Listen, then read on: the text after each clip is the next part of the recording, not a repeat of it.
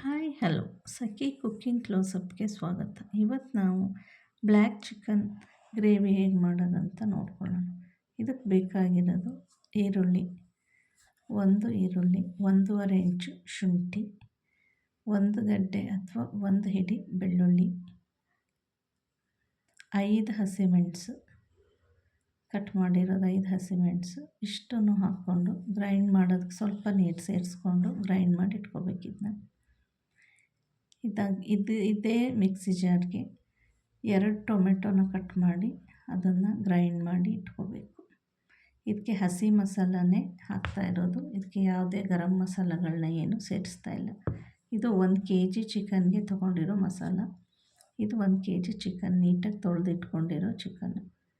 ಈಗ ಒಂದು ಬಾಣಲಿ ಅಥವಾ ಪಾತ್ರೆ ಬಿಸಿಗಿಟ್ಟು ಅದಕ್ಕೆ 20 ml ಆಯಿಲ್ ಹಾಕಿ ಈಗ ಒಂದು ಚಿಕ್ಕದಾಗಿ ಕಟ್ ಮಾಡಿರೋ ಈರುಳ್ಳಿನ ಇದಕ್ಕೆ ಸೇರಿಸ್ಕೋಬೇಕು. ಇದು ಗೋಲ್ಡನ್ ಬ್ರೌನ್ ಬರೋವರೆಗೂ ಫ್ರೈ ಮಾಡ್ಕೋಬೇಕು. ಈಗ 1/4 ಟೀ ಸ್ಪೂನ್ ಅರಿಶಿಣ ಸೇರಿಸ್ಕೊಂಡು ಫ್ರೈ ಮಾಡ್ಕೋಬೇಕು. ಅರಿಶಿಣ ಸೇರಿಸೋದ್ರಿಂದ ಈರುಳ್ಳಿ ಬೇಗ ಫ್ರೈ ಆಗುತ್ತೆ. ಈಗ ಇದಕ್ಕೆ 1 kg ಚಿಕನ್ ಸೇರಿಸಿ ಚೆನ್ನಾಗಿ ಮಿಕ್ಸ್ ಮಾಡ್ಕೋಬೇಕು. ಇದು ಮಿಕ್ಸ್ ಆದಮೇಲೆ ಈಗ ರುಚಿಗೆ ತಕ್ಕಷ್ಟು ಉಪ್ಪು, 1.5 ಟೀ ಸ್ಪೂನ್ ಉಪ್ಪು ಹಾಕಿ ನಾವು ನೀಟಾಗಿ ಮಿಕ್ಸ್ ಮಾಡಿ ಇದನ್ನು ಈಗ ಒಂದು ಲಿಡ್ ಕ್ಲೋಸ್ ಮಾಡಿ 15 ಮಿನಿಟ್ಸ್ ಬಾಯ್ಲ್ ಮಾಡ್ಕೋಬೇಕು. ಇದು 15 ಮಿನಿಟ್ಸ್ ಬಾಯ್ಲ್ ಆಗೋಷ್ಟರಲ್ಲಿ ಇದಕ್ಕೆ ಈಗ ನಾವು ರುಬ್ಬಿರೋ ಟೊಮೆಟೊ, ಇದಕ್ಕೆ ನೀರೇನು ಸೇರಿಸೋದು ಬೇಡ. ಚಿಕನಲ್ಲಿ ಬಿಡೋ ನೀರೇ ಸಾಕು. ಟೊಮೆಟೊ ಪ್ಯೂರಿನ ಹಾಕ್ಕೊಂಡು ಚೆನ್ನಾಗಿ ಮಿಕ್ಸ್ ಮಾಡಿ 2 ನಿಮಿಷ ಫ್ರೈ ಆದಮೇಲೆ ಈಗ ನಾವು ರುಬ್ಬಿಟ್ಕೊಂಡಿರೋ ಈರುಳ್ಳಿ, ಬೆಳ್ಳುಳ್ಳಿ, ಹಸಿಮೆಣಸು, ಶುಂಠಿ ಈ ಪೇಸ್ಟನ್ನು ಈಗ ಸೇರಿಸ್ಕೋಬೇಕು. ಇದನ್ನು 1-2 ನಿಮಿಷ ಹೀಗೆ ಫ್ರೈ ಮಾಡಬೇಕು.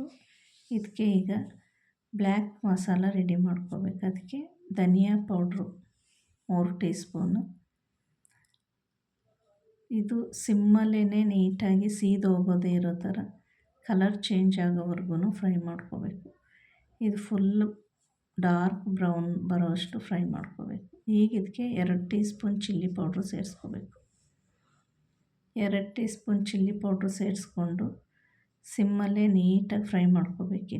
ಇದೆರಡು ಬ್ಲ್ಯಾಕ್ ಆಗೋವರೆಗೂ ಫ್ರೈ ಮಾಡಿಕೊಂಡು ಈಗ ಕುದೀತಾ ಇರೋ ಚಿಕನ್ಗೆ ಸೇರಿಸ್ಕೋಬೇಕು.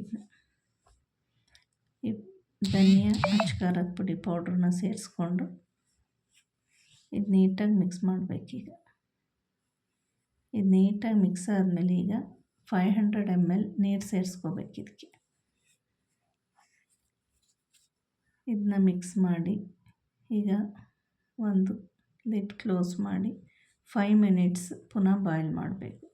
ಚಿಕನ್ ಬೆಂದಿದೆ, ಮಸಾಲೆ ಎಲ್ಲ ಫ್ರೈ ಆಗಿದೆ. ಇದು ಹೊಂದ್ಕೊಳ್ಳೋ ಅಷ್ಟು ಬಾಯ್ಲ್ ಮಾಡಿದರೆ ಸಾಕು.